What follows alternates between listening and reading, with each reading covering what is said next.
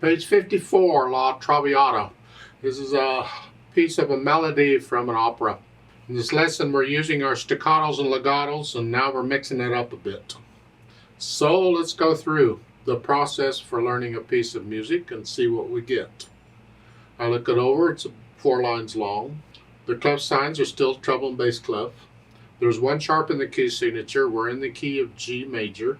Make sure you go do the scale now for G major, and go ahead and do the scale for E minor because it has one sharp in the key signature too.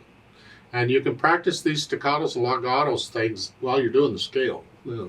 And 3/4 time signature. We'll take each hand one hand at a time because the hands are doing a little bit different. There's some things I need to explain.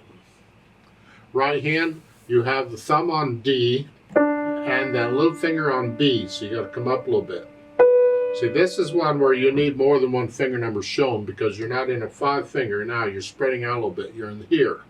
You're actually in this position.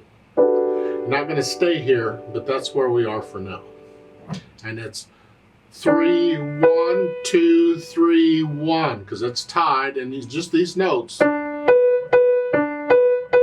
Okay, that's the first line.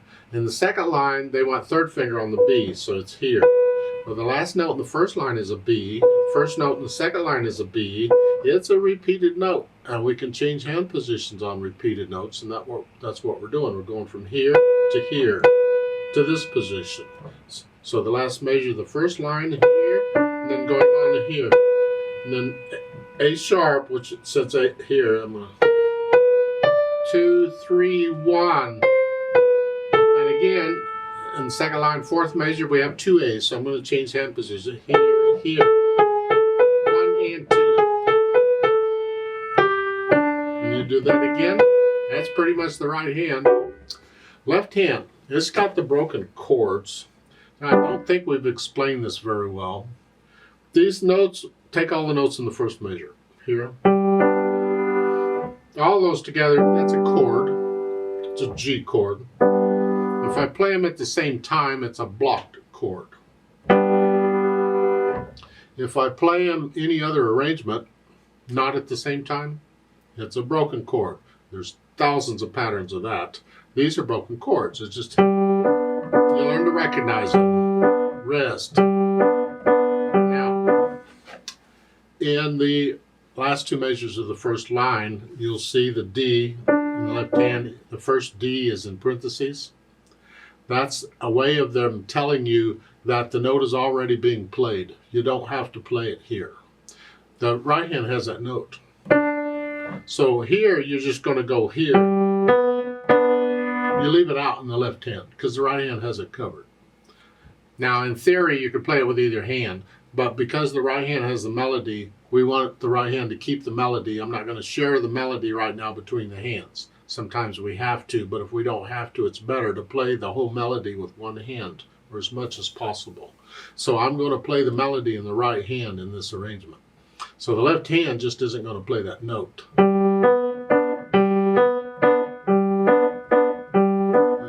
Then the 4th measure of the second line, you're coming down, you got a rest to come down, this position. And you can use 4th finger on this G here. You can use 2, 4, 1 here if you need to. It's like in the last 2 measures of the second line here. I can do here. I can do this more easily than this.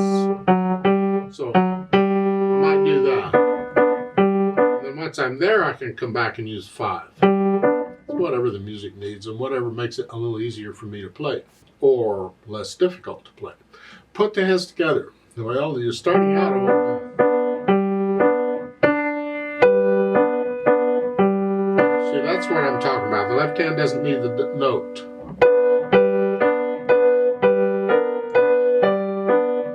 Anyway, you put the hands together. You don't take it as fast as I'm taking it. Take it at your speed. Hesitate all you need to. Don't care. Just try and get the hands to work together. And then once you can get them working together, then go back over it slowly and carefully and get rid of the hesitations. So it's a steady beat. And once we do that, then we add the articulation. And that's really the purpose of this lesson.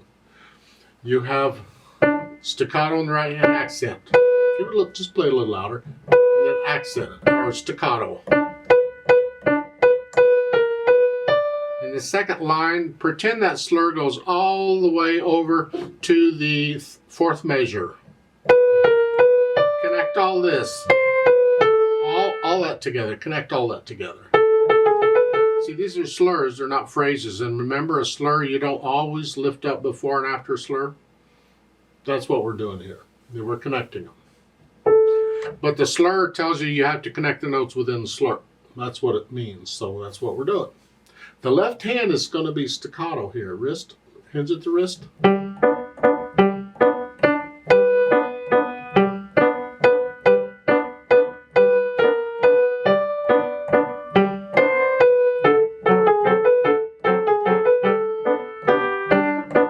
This is where I'm saying you're staccato in one hand and not the other. And I told you in a previous lesson, when you're doing the scale, practice the staccato one hand and connect the other, like in here. The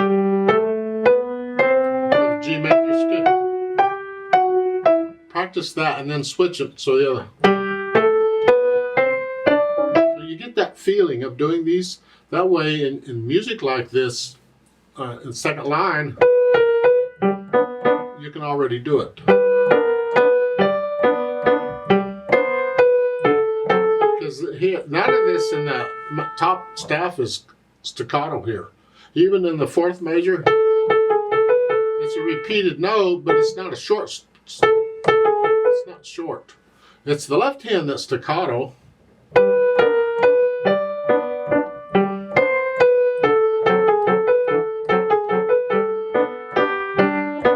Now in the third line, look out. You got to get off that note because the left hand needs it. So hold it down as long as you can and get off of it in time. So for the left hand to get, don't play it short. No, it's hold it out. So work out the staccatos and the legatos, and it may take a while, but that's okay. And in the meantime, the hesitations come back, so you get to work those out again. Isn't this fun? And when you have all that ironed out, then we'll think about the dynamics. EMF at the, they don't have anything at the beginning, but when the melody comes in, it's moderately loud, mezzo forte. So that tells you at the beginning, just stay under that, whatever. MF or MP. We want to hear the melody.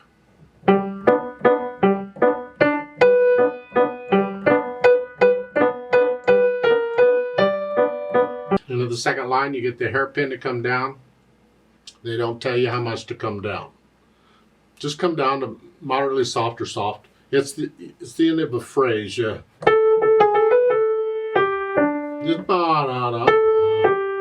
Yeah, just come down a little bit. Feel it. You don't have to start your diminuendo exactly where the hairpin is. What's the music tell you to do? How do you feel that? But then in the third line, you're soft here. But then you immediately go back up to it like you were at the beginning. The accented note is going to be a loud note because you're at mezzo forte, and then the accent takes it up a notch. As far as the speed goes, allegretto. I think allegretto is probably my favorite speed. Allegretto is between moderato and allegro. Moderato's medium, allegro's quick. Allegretto is sort of quick, medium quick. To me, when I see a piece with allegretto, it just means it's probably a fun piece. So moderato might be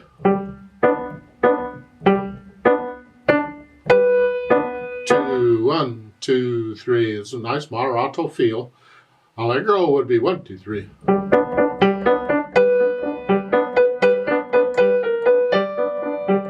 1, 2, 3, 1. Okay. Allegreto's somewhere in between them. It's a range. It's not a set speed. That's why we can't say do it here. Feel it.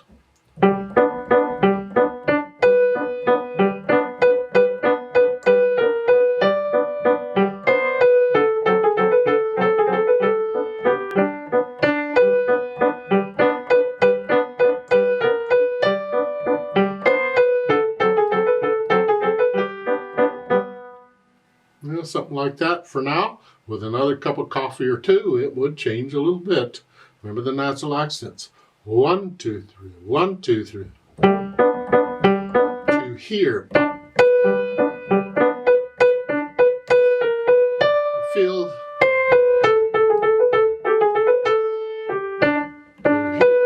these natural accents as you're going through here.